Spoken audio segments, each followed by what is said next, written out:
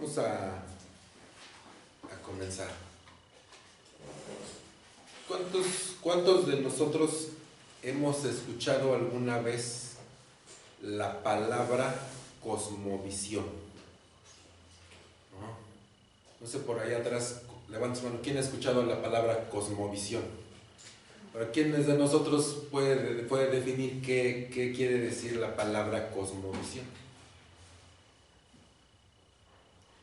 Por aquí vamos empezando. La palabra cosmovisión, en un sentido literal, quiere decir visión del mundo. Si usted tiene con qué anotar, anótela. Así literalmente sería eso, visión del mundo. Pero ¿cómo podemos definirlo un poquito más precisamente? De una manera más precisa, vaya, es la percepción, póngale así, si usted lo va a escribir, una cosmovisión es la percepción mental que una persona o una cultura tiene de la realidad o de esta existencia. ¿Sí me estoy explicando? Vuelvo a repetir, es la perspectiva mental que una persona o una cultura tiene de su realidad en un momento determinado. Entonces, ¿qué pasa? Que la humanidad ha tenido una cosmovisión diferente a lo largo del tiempo. Y cada persona tiene una cosmovisión diferente, o cada cultura tiene una cosmovisión diferente. ¿Sí me estamos explicando? Pero nosotros como creyentes debemos tener ¿qué? Una cosmovisión igual, ¿verdad? Que dice, nosotros debemos tener una perspectiva de la vida o de la realidad. ¿Basado en qué? Basado en esta palabra. ¿Estamos de acuerdo? Nosotros no podríamos vivir en esta tierra con una perspectiva diferente. Esta tiene que ser nuestra cosmovisión, es decir, una cosmovisión bíblica. ¿Estamos de acuerdo hasta aquí? Porque esto viene ¿de quién? Esto viene del Eterno, ¿sí? ¿Estamos de acuerdo? Entonces cada cultura tiene su propia opinión y su propia perspectiva de la realidad, pero nuestra realidad tiene que estar siempre basada en esto. ¿Cuántos libros tiene la Escritura? ¿Ya? ¿Cuántos libros tiene la Escritura? 66. Exactamente, tiene 66 libros. ¿Cuántos libros tiene el Antiguo Testamento? O lo que conocemos como el Antiguo Testamento.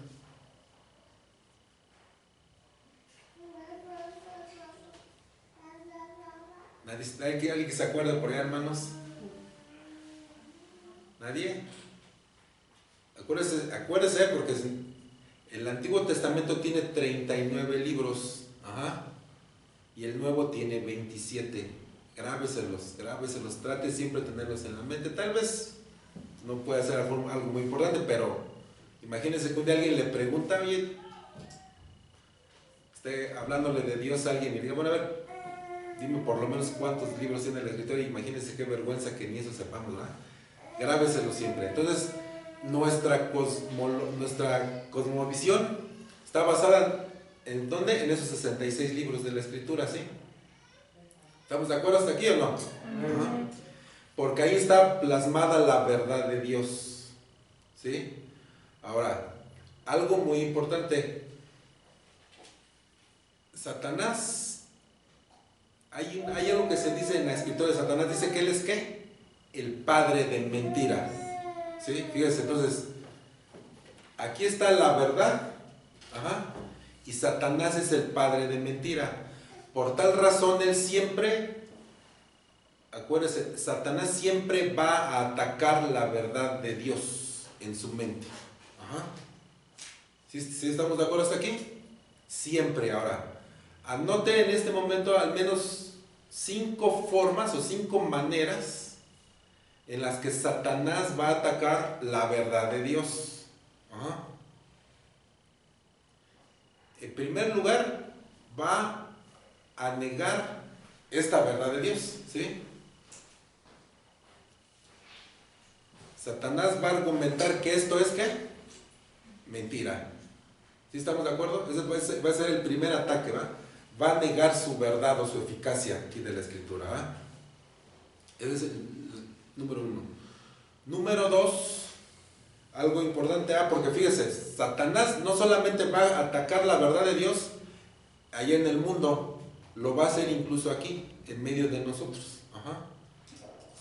El punto que sigue aquí es de que Satanás también, aparte de negar la verdad de Dios, va a minimizar, anótelo por favor, va a minimizar la importancia de la palabra de Dios. Nos va a hacer creer que, pues que no es tan importante, o que quizá hay partes de la escritura que no son tan importantes. La tercera forma en que Satanás va a atacar la verdad de Dios es confundir la forma en que interpretamos esta palabra de Dios, o bien va a torcer la verdad de Dios. Ajá. ¿Cuántos vamos hasta aquí? ¿Sí? Y faltan dos cosas más. El punto número 4 es que Satanás también va a buscar añadir cosas a la verdad de Dios. ¿Estamos de acuerdo hasta aquí? ¿Qué puede hacer? Pero y el punto número 5 es que así como él va a buscar añadir a la verdad de Dios, ¿qué cree? También va a buscar ¿qué? Quitar cosas a la verdad de Dios. Ajá. Ahora, los que ya tenemos algún tiempo estudiando la escritura, podemos saber que Dios ha hablado a nosotros o a la humanidad a través de la palabra, ¿sí? Dice la escritura que vamos a suponer que habló 2 veces. Dice que la primera vez habló a través de ¿quién? De sus profetas. Ajá. Dice la escritura que hablándonos en tiempos antiguos, dice a través de los profetas. Dice, pero ahora nos ha hablado a través de ¿quién? Dice a través de su Hijo. Ajá. ¿Sí estamos de acuerdo hasta aquí? Entonces, sí recuerda que incluso algunas palabras del apóstol Pedro dice, ¿qué dice que tenemos qué en esto? Dice, tenemos la palabra profética más ¿qué? Segura. ¿Sí estamos de acuerdo hasta aquí? Y incluso también vemos en la escritura, ya casi al final, en el libro de Apocalipsis, en el capítulo 22, ¿alguien recuerda qué es lo que le dice Yeshua a Juan? Ya casi para terminar. Ajá. Mire, vamos a buscarlo para que no nos quede como que la duda. Vaya al libro de Apocalipsis, capítulo 22, verso 18 y 19. Ya está al final.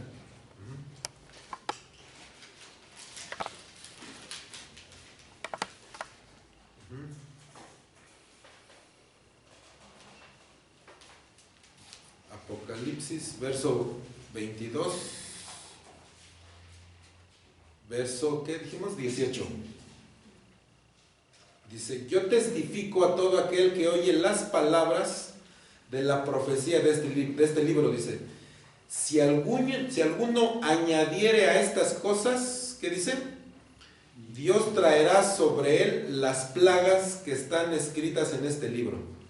Y si alguno quitare de las palabras del libro de esta profecía, ¿qué dice?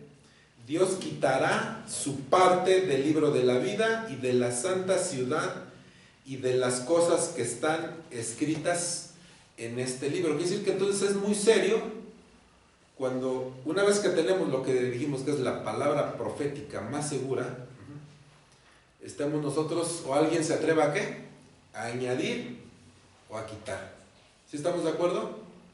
Ahora, de tal manera, que fíjese, es bueno, porque no estamos diciendo que usted no pueda estudiar otros libros, ¿verdad? Pero fíjese, algo que escuché de un predicador importante, dijo esto, dice, o sea, podemos estudiar muchos libros y muchas cosas, dice, pero de esto, dice, es de lo único que podemos decir así con seguridad, así dice el Eterno. Ajá. Dice, todo está muy bien que estudiemos, dice, pero de esto es lo único que podemos decir así. Ajá. Estas palabras, así dice el Señor. De tal manera que incluso cada que nosotros nos atrevemos de nosotros mismos a decir que Dios nos habló, debemos de tener mucho cuidado y estar bien seguros si sí fue el Eterno el que habló, ¿no? Porque todo lo que digamos debe estar basado en esta palabra. ¿Estamos de acuerdo hasta aquí? Incluso, o bien, si escuchamos de alguien que diga que Dios le habló, debemos tener mucho cuidado en eso, ¿verdad? Porque muchas veces ni siquiera no conocemos al predicador, no conocemos a las personas y no sabemos si en verdad Dios habló o si él dice que Dios le habló, ¿no? Ajá. O peor aún, si fue Satanás el que habló. Por eso, ¿qué? Es nuestra responsabilidad, ¿qué? Estudiar esta palabra para que cada que escuchemos alguna palabra de alguien, o con mayor razón, si alguien dice que Dios le habló, podamos tener la certeza si fue Dios el que le habló o no fue Dios el que le habló. ¿Cuántos estamos de acuerdo hasta aquí? Ahora, fíjese. Vamos a continuar. Voy a pedir que busque usted el Salmo 19. Fíjese, incluso es importante. ¿Cuánto cree que nosotros nos podemos llevar en estudiar esta palabra?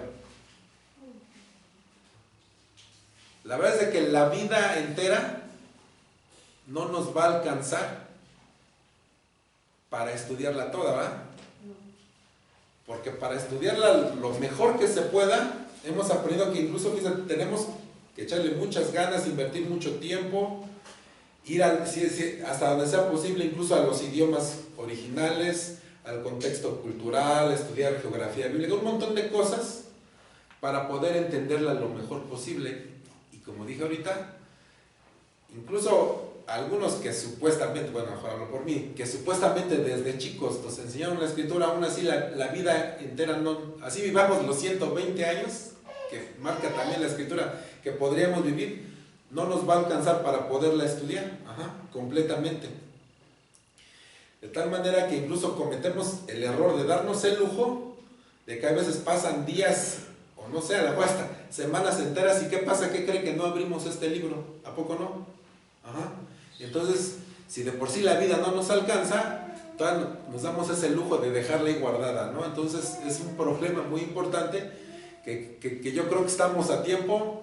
Digo, nadie sabemos cuándo nos vamos a ir de este mundo, pero lo que sí podemos hacer de hoy en adelante, aprovechar el tiempo, ¿qué? Para poder estudiar la palabra todos los días. ¿Qué le parece? Ahora fíjese, vamos a ver lo que dice el Salmo 19. Dice así la escritura. Hay dos salmos que describen de una manera poderosa lo que es la palabra de Dios. Uno es el Salmo 19 y otro es el Salmo 119, pero vamos a, ¿qué le parece si estudiamos el 19, que está más chiquito, Porque el 119 son creo que 176 versículos, ¿no? Entonces, mejor, ¿qué le parece si en este, Dice la escritura, dice, los cielos cuentan la gloria de Dios y el firmamento anuncia la obra de sus manos. Un día emite palabra a otro día y una noche a otra noche declara sabiduría. No hay lenguaje ni palabra, ni es oída su voz. Por toda la tierra salió su voz y hasta el extremo del mundo sus palabras. En ellos puso tabernáculo para el sol, y este, como esposo que sale de su tálamo, se alegra cual gigante para correr el camino. De un extremo de los cielos es su salida y su curso hasta el término de ellos, y nada hay que se esconda de su calor. Fíjese, hay algo importante. Si no fuera porque el Eterno se revelara a nosotros los hombres, no habría manera de que nosotros conociéramos a nuestro Creador. ¿Estamos de acuerdo? O sea, si no fuera, fíjese, Aquí sí hay una manera de que el Eterno se revela a los hombres. ¿Cómo es? A través de su creación. Entonces, ¿se acuerda que en alguna parte en Romanos 1 también Pablo dice algo parecido? Dice que el Eterno se ha revelado a los seres humanos desde un principio a través de su creación. Hasta dice de tal manera que no tienen excusa. O sea, ninguno de nosotros los seres humanos, dice, incluso aunque no tuviéramos esto, no tendríamos excusa para decir que no hay un creador. Porque desde el momento que vemos la creación, sabemos que hay un creador. ¿Cuántos dicen amén? Amén. De tal manera que es nuestra obligación y nuestra responsabilidad aprender cada día de nuestro creador. Ahora, hasta ahí conocemos que hay un creador, pero más cosas no sabemos del Señor, a menos que nos pongamos a estudiar la palabra de Dios. Ahora fíjense lo que dice aquí. Ahora sí comienza a hablar de la palabra de Dios. Dice en el verso 7, fíjese, hay aquí 6 cosas o 6 formas de cómo podemos expresarnos de la palabra del Eterno. El verso 7 dice, vamos a leer del 7 en adelante, una parte, dice: la ley del Eterno es perfecta. Después dice que el testimonio del Eterno es fiel. Después dice, el verso que sigue dice, los mandamientos del Eterno. Más abajo dice, igual el mismo verso 8 dice, ¿cómo dice? Los preceptos del Eterno. O el precepto del Eterno. El verso 9 dice, el temor del Eterno. Y en la segunda parte dice, ¿cómo? Los juicios del Eterno. Entonces usa 6 expresiones diferentes de lo que es la palabra de Dios. ¿Cuáles son entonces?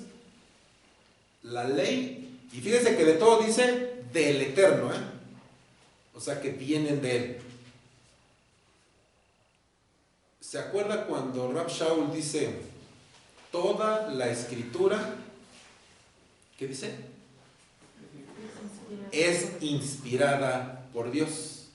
Fíjese, escuchaba también ¿qué quiere decir eso? Dice toda, otra manera de poder traducir esa expresión es toda la escritura es exhalada por la boca de Dios. O sea, todo salió de la boca de Dios. Entonces, 6 cosas: la ley del Eterno, el testimonio del Eterno, el precepto del Eterno, el temor del Eterno, y el último, ¿qué dice? Los juicios del Eterno.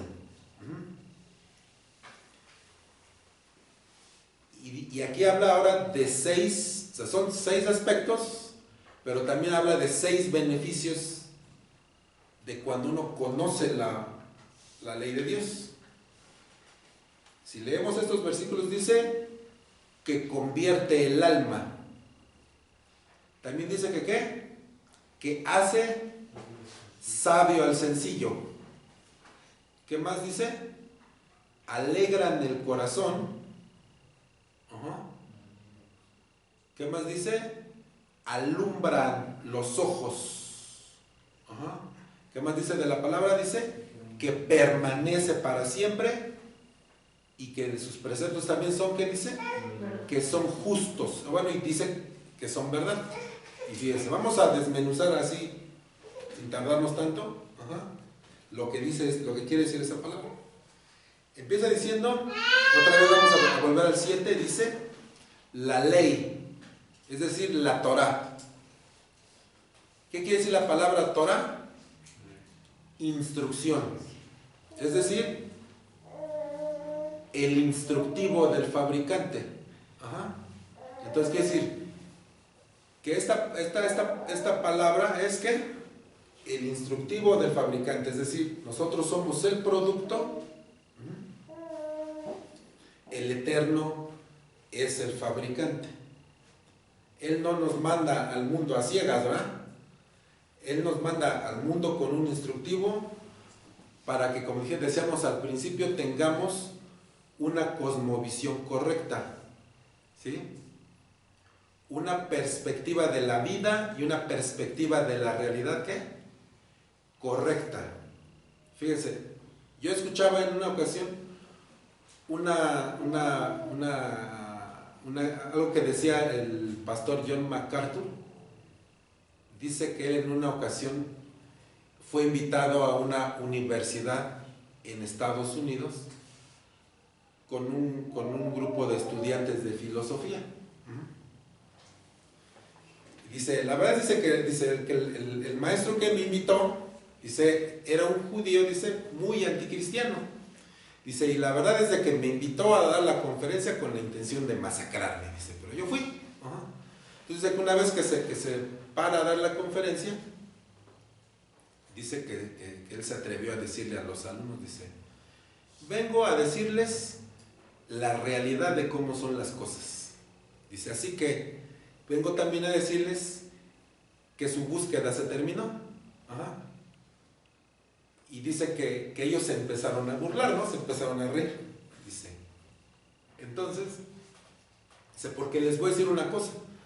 Dice, el problema con la filosofía, dice, es que se pasa todo el tiempo, dice, buscando la verdad, y resulta que nunca encuentra nada. Dice, si la filosofía encontrara la verdad, ¿desde cuándo sus clases se hubieran terminado? Porque ya hubieran encontrado la verdad. Dice, y algo curioso, dice, que ustedes se gradúan en filosofía sin encontrar la verdad. En otras palabras, les dan un título por la simple búsqueda de la verdad, pero nunca encuentran nada. Entonces yo vengo simplemente a decirles que su búsqueda se terminó. ¿Cómo dicen? Aquí está toda la verdad, no es a buscar más. Y ellos obviamente burlándose, ¿no?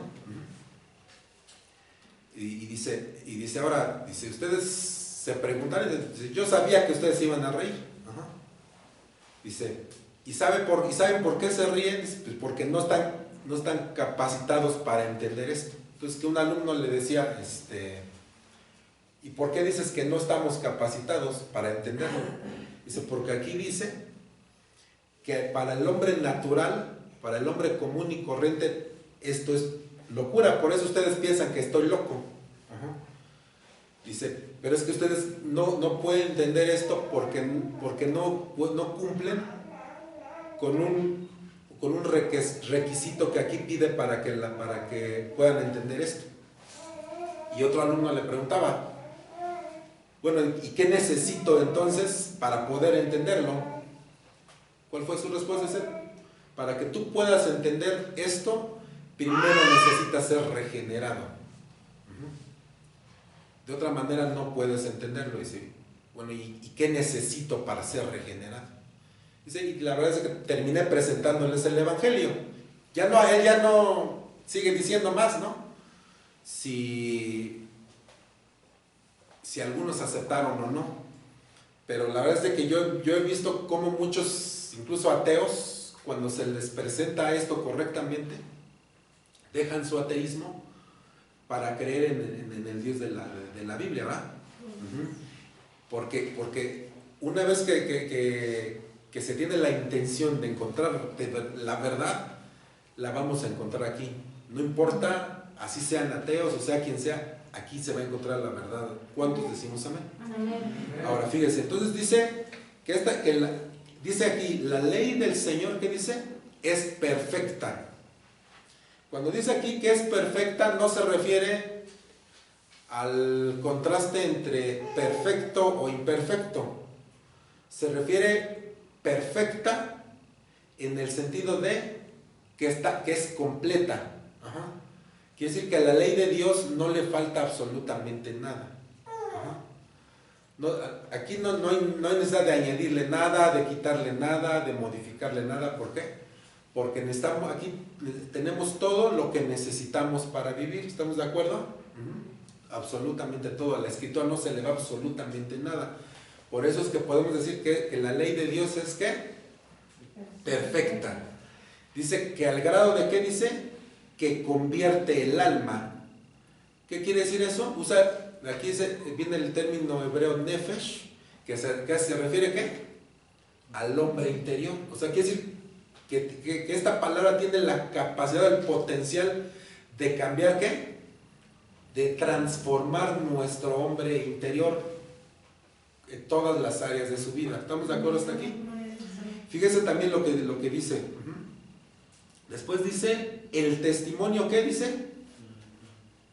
El testimonio del Señor es fiel, que hace sabio al sencillo. Sí dice así, ¿verdad? Cuando dice el testimonio, se refiere que es algo que Él dijo, ¿verdad? Palabras que Él habló directamente. Y como dijimos hace ratito, si no fuera porque Él hablara, nosotros no tendríamos la capacidad de conocer a nuestro Creador. Por nosotros mismos no tenemos esa capacidad de subir a su nivel y conocerlo, ¿verdad? Quiere decir que lo podemos conocer solamente porque Él abrió su boca y nos dio su Torah. Decimos amén. De otra manera no habría posibilidad de conocerlo. Y fíjese, ¿qué quiere decir esto de que hace sabio al sencillo? Fíjese lo que quiere decir esto. ¿Qué quiere decir esto de sencillo? Sencillo es una persona que no sabe retener, escríbanlo, no sabe retener, qué retener y qué rechazar en su mente.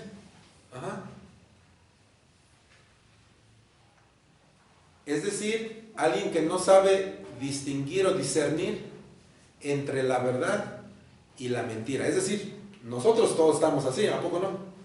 Por nosotros mismos no tenemos la capacidad. Puede llegar todo tipo de conocimiento a nuestra o de información a nuestra mente, y si no fuera por esto, no sabríamos discernir ¿qué? Entre la verdad y la mentira. Solamente en base a esto podemos saber lo que es verdad y lo que es mentira. Y es más, en una ocasión yo leí una frase que dice así, dice, el discernimiento es la capacidad de distinguir entre la verdad y la casi verdad. O sea que hasta eso, fíjate, cuando una mentira está incompleta, o bien más bien cuando una verdad está incompleta, se convierte en ¿qué? En una mentira, ¿a poco no? Por eso dice, el discernimiento, desde mi punto de vista, creo que sí es eso. Saber distinguir entre la verdad y la casi verdad. Porque hay algo que puede ser muy convincente, incluso con un fundamento bíblico, pero si hay algo que le falta, se convierte en una mentira. Dice después,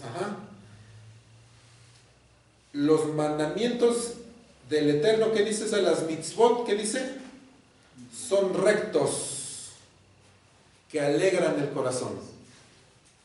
Cuando dice aquí que son rectos, no se refiere igual entre la comparación entre algo recto y algo torcido, sino se refiere recto, haga de cuenta como habla, es como cuando una flecha que va en sentido recto, o en el sentido más bien correcto. Los mandamientos o las instrucciones de Dios siempre nos van a llevar ¿qué? En el sentido correcto. ¿Y cuál es el resultado? Dice aquí, que alegran el corazón. Y los que hemos vivido ya algunos años, sabemos, cuando dice que alegra el corazón, sabemos que es una verdad que en el momento en que nos apartamos de los mandamientos de Dios, nuestra felicidad se va a la basura.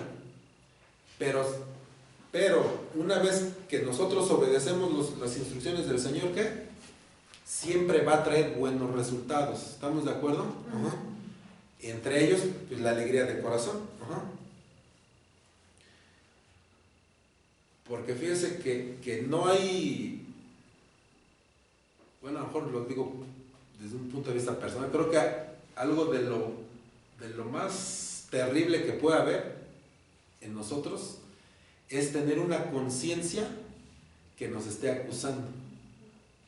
Digo, no sé usted, a lo mejor nunca ha tenido eso, pero yo sí, ¿no? O sea, tener una conciencia que día a día nos esté torturando y despedazando recordándonos que nos hemos apartado y que estamos transgrediendo o viviendo en contra de la voluntad del Eterno, es horrible. Pero una vez que nos volvemos al Señor y a sus caminos, esa conciencia, ¿qué pasa? Pues nos deja en paz. Ajá.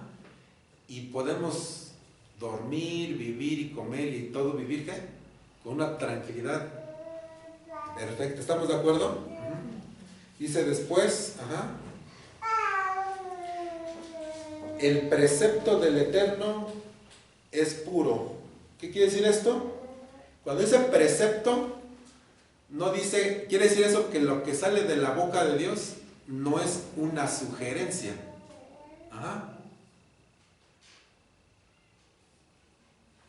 Quiere decir que es algo, no quiero decir la palabra obligatorio porque no es lo correcto obedecer a Dios por obligación, pero sí más bien que es algo inviolable en el sentido de que cuando lo violamos siempre va a haber consecuencias, de acuerdo a la ley causa y efecto. ¿Sí me estoy explicando? Entonces, por eso es de que no es una sugerencia, es una ley que si no obedecemos voluntariamente, ¿qué va a pasar? Va a traer consecuencias. ¿Y por qué dice que es puro? Igual, no tiene que ver con que sea puro o impuro, sino que lo que quiere decir aquí en el asunto de su pureza más bien es que es claro, que no es difícil de entender. Aunque es verdad que de repente hay ciertos preceptos del Eterno que Él se ha reservado en su corazón, el por qué, el por qué nos dice haz esto o no hagas esto. De forma general la ley de Dios es clara, no hay por qué darle tantas vueltas, ¿no? Por ejemplo, el por qué no robar, el por qué no mentir, el por qué no adulterar, el por qué amar a nuestro prójimo. De forma general es fácil de entender la palabra de Dios. ¿Estamos de acuerdo? De tal manera que no tenemos excusa y no tenemos pretexto para decir es que no, yo no lo entendí, ¿no? No está tan complicado. Punto que sigue. Dijimos el precepto del Eterno, del Señor es puro. ¿Qué dice? Que alumbra los ojos. ¿Qué quiere decir esto? Que siempre nos va a dar luz en aquellas áreas, en esos momentos que más oscuros de la vida, ¿verdad? Cuando estamos pasando por esos momentos oscuros donde no sabemos hacia dónde caminar, aquí es donde vamos a encontrar la luz, ¿verdad? Por eso también la Escritura es comparado ¿a qué? A una lámpara, ¿verdad? O a una lumbrera. Ya casi para terminar, cuando dice el temor del Señor, ¿qué dice? Es limpio, que permanece para siempre. ¿Se acuerda que, por ejemplo, la Escritura dice que hay dos tipos de tristeza? Hay una tristeza que es según el mundo y una tristeza que viene de Dios. Una tristeza que viene del mundo y una tristeza que viene de Dios. La tristeza que viene del mundo es para destruirnos, y que ese tipo de acusación que viene a la mente cuando estamos pecando, o bien cuando Satanás nos recuerda nuestro pasado, por ejemplo, y nos está acusa y acusa. Esa es la tristeza que viene del mundo y no hay provecho en ella. Pero si hay una tristeza que viene de Dios, que dice que es para arrepentimiento, y siempre el arrepentimiento es bueno, es para vida, ¿verdad? Entonces aquí habla del temor que viene del Eterno. Igual hay un temor que viene de la carne. El temor que viene de la carne no va a traer cosas buenas, pero el temor que del Eterno, ¿qué dice? Que ese es limpio, ese es santo, es el temor reverente, y que eso es producido ¿por qué? Por los mandamientos de Dios, por la palabra de Dios que dice aquí que es para cuándo, dice, permanece para siempre. Y por último, termina diciendo que los juicios del Señor, ¿qué dice? Son verdad. Termina diciendo esto. Y que todos son, ¿qué? Todos son justos. ¿Qué es la verdad? Yo recuerdo que hace algunos años, lo aclaro, ¿no? Para que no digan que yo me lo saco de la manga o que porque yo me quiera lucir de que yo lo averigüé, pero yo lo escuché del apóstol cuando dijo qué es la verdad. Dice que la verdad es la información original. Ajá. Entonces, fíjese, o sea, cuando dice que los juicios del Señor son verdad, quiere decir que lo que sale de la boca de Dios, entonces, ¿qué dice? Esa es la información original. Todo lo que viene después, ¿qué? Ya está alterado. Ajá. Ya está torcido. O está incompleto o está añadido. Pero lo que viene del Señor es lo único que es 100% confiable, porque es la información original. Y nosotros como creyentes tenemos dos obligaciones respecto de la verdad: conocer la verdad y amar la verdad de Dios. Porque eso nos llevará a un nivel de justicia, como dije hace rato, que va a cambiar todas nuestras áreas de la vida. Y como igual decíamos al principio, nuestra vida va a estar siempre basada en una cosmovisión correcta. Ajá. Aquí está todo, aquí está la verdad, no hay más. Ajá. Y también, como lo decía hace rato, yo no hay problema, y creo que no hay problema, porque desde que, por ejemplo, empezamos a conocer las raíces hebreas, pues muchas veces cuando predicamos echamos mano de mucho material hebreo, ¿verdad? Lo cual es muy bueno, y creo que el Señor nos da la capacidad de discernir de todo lo que encontramos, no sé, en el Talmud, en el Zohar, donde quiera que vayamos a buscar algún material. El Eterno nos da esa capacidad de poder discernir, ¿no? O sea, esto sí, esto no, ¿no? Pero aún así no dejemos de tener cuidado en lo que estudiamos y de quién estudiamos. No sé si alguna vez he hecho el comentario, ya termino con esto, que hace muchos años, cuando comenzamos a conocer de las raíces hebreas, quiero pensar que fue hace como unos 18 años por ahí así,